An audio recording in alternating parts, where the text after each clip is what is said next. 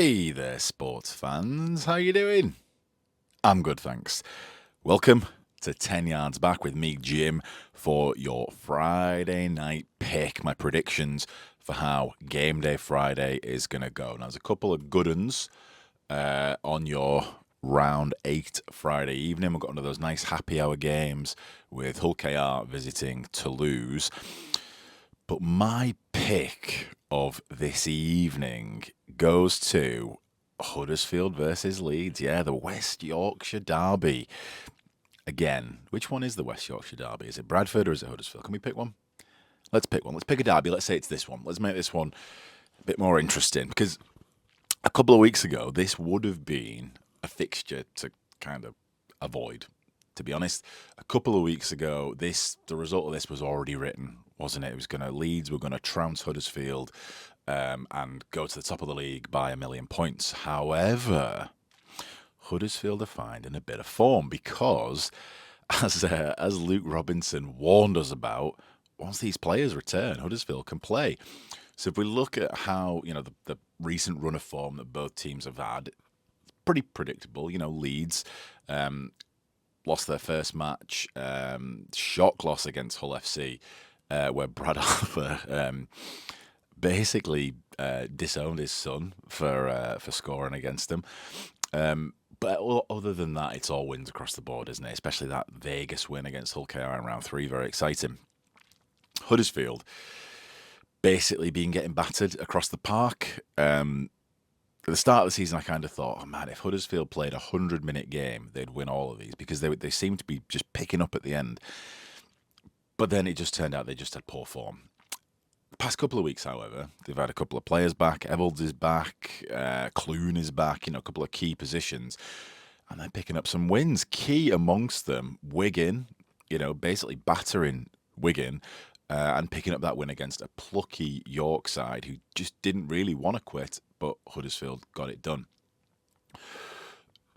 Now if you look at the stats, it paints a predictable picture based on that run of form. Leeds scoring a hell of a lot more points, conceding a hell of a lot less points than Huddersfield.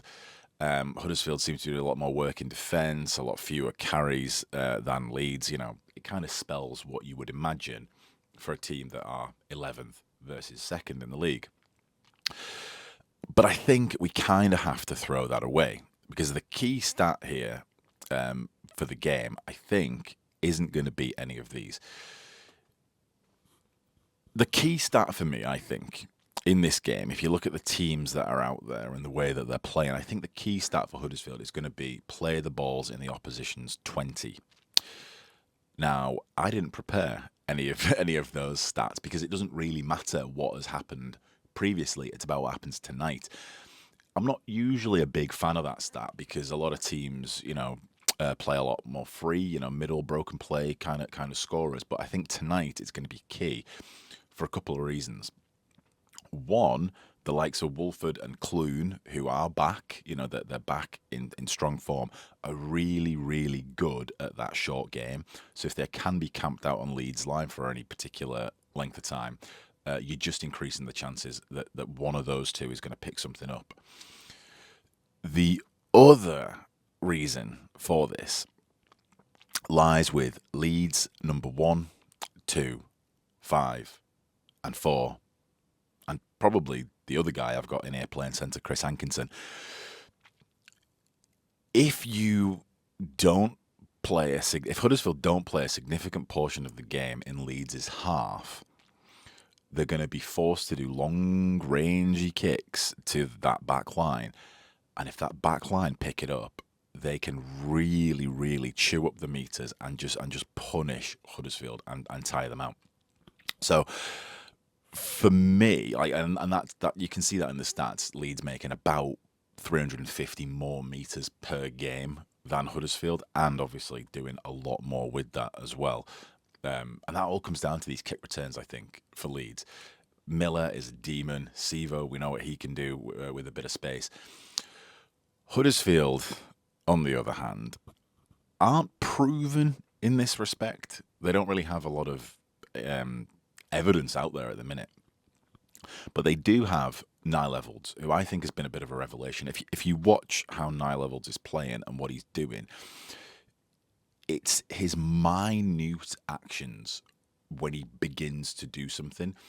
It's his almost like his computers, the way that his brain decides which direction he's going to go in and what he needs to do is pretty fascinating to watch. Just like I find myself, and this is going to sound weird, watching Niall Evalds' ankles and feet a lot as he picks the ball up. What is he doing? Which way is he going to step? I don't think anyone knows, but he always picks the right option.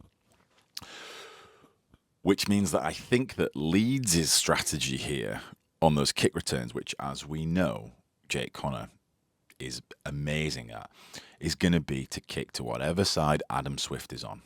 Because Adam Swift is back. He's powerful. He's a big body. He's dangerous. I'm really looking forward to seeing him versus Sevo, him versus Hall. Not sure which side they'll choose to play each of those on. It's going to be a good battle. However, Swift's kind of getting on a bit now, and he's not really played a lot this year. So I think that if you punish him, if you just keep kicking to him, you can tire him out, and you can create that hole. Conversely, if Swift is camped out in your 20, you're kind of in danger because he is a big boy and he knows exactly what to do. He's very, very calculated with how he approaches the line and keeping that distance to the touchline. So that's a really good battle to watch out for, I think. I mean, there's lots of battles in this game, to be honest. There's battles all over the field. You know, the battle of the fullbacks I just mentioned, the battle on the wings, the battle of the hookers. Wolford obviously hasn't really played a lot of games, but Leeds currently much more active out of dummy half than Huddersfield. I just think they need to Huddersfield really need to control it, and I think scheduling is going to be a key part of this. A stat that I've sort of been mulling over in my head over the past couple of weeks is when do teams score their points and when do they concede when do the opposition concede their points. So what I'm looking at here is Huddersfield score most of their points at the back end of the game, and that's what I was saying earlier about if they could play a 100-minute game, they'd win every game. No, they can't. Now, this graph that I've put together sort of details that it's a path to victory, really. Huddersfield need to kind of weather the first half. So this is Huddersfield scoring versus Leeds conceding. Weather that first half, maybe bring on the likes of Burgess and the big boys. Bring those on a little bit early to try to capitalise on that sort of handover period between the forwards. See if you can get some muscle in there to score a couple of points in that first half. But for Huddersfield, it's about weathering the storm and picking up in that second half like they know that they can do. They already know that they can do that. They know that they can play a really good 40 minutes, but unfortunately it's the last 40 minutes and it's usually a little bit too late. Leeds, on the other hand, like I put this graph together for Leeds and it just was uninteresting. Leeds basically score evenly across the field pretty regularly. So all this is to say that I think that this evening, even though this is Huddersfield versus Leeds, which of course, as we know now, is the West Yorkshire Derby, the true one, until Leeds play Bradford or Bradford play Huddersfield, and then that'll be the real one. I think this spells out a really interesting game. Huddersfield are back. They're strong. That team that I just showed you then was basically 1 to 11 of the starting team, and then they're number 13. So this is it. This is what Luke Robinson sort of warned us about, prophesized. I don't know what he was doing to the team because they all seem to be better now that he's gone. But this is the team. This is the Huddersfield that we've been looking forward to seeing, that we've been promised they're going to do a job. Let's hope they can. I'm not sure they'll quite pull it off.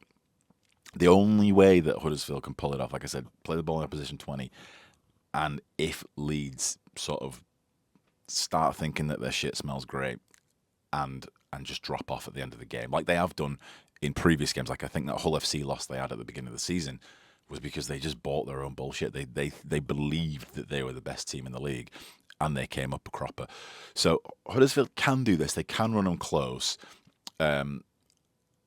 I think they're not quite going to do it, but there's not going to be much in this. I don't think there's too many great matchups to look out for in here, and I think it's going to be a good game. Of course, elsewhere on Friday, we got a couple of good games as well. Toulouse versus Hull KR. I just don't see Hull KR taking their foot off the pedal just yet. And then York versus Lee it's an interesting one because it's kind of like it's important to both teams to win that one. But for me, that game, just looking at it, both teams are just demolished. So essentially, what you're looking at there is kind of the best of a bad bunch. I mean, yes, Ipape is back, but Lee are missing their 1 to 4. Okay, they're starting 1 to 4, and they've got loads of forwards out. York can't even name an 18th man, I don't think, at the minute. So that one, whilst interesting and whilst still compelling, and I'll still bloody watch it, it's not my pick. I think Huddersfield versus Leeds, the derby, is the one we need to be watching. So enjoy it. Let me know what you think. Can Huddersfield pull it off? Will anyone show up in the stadium? I don't know.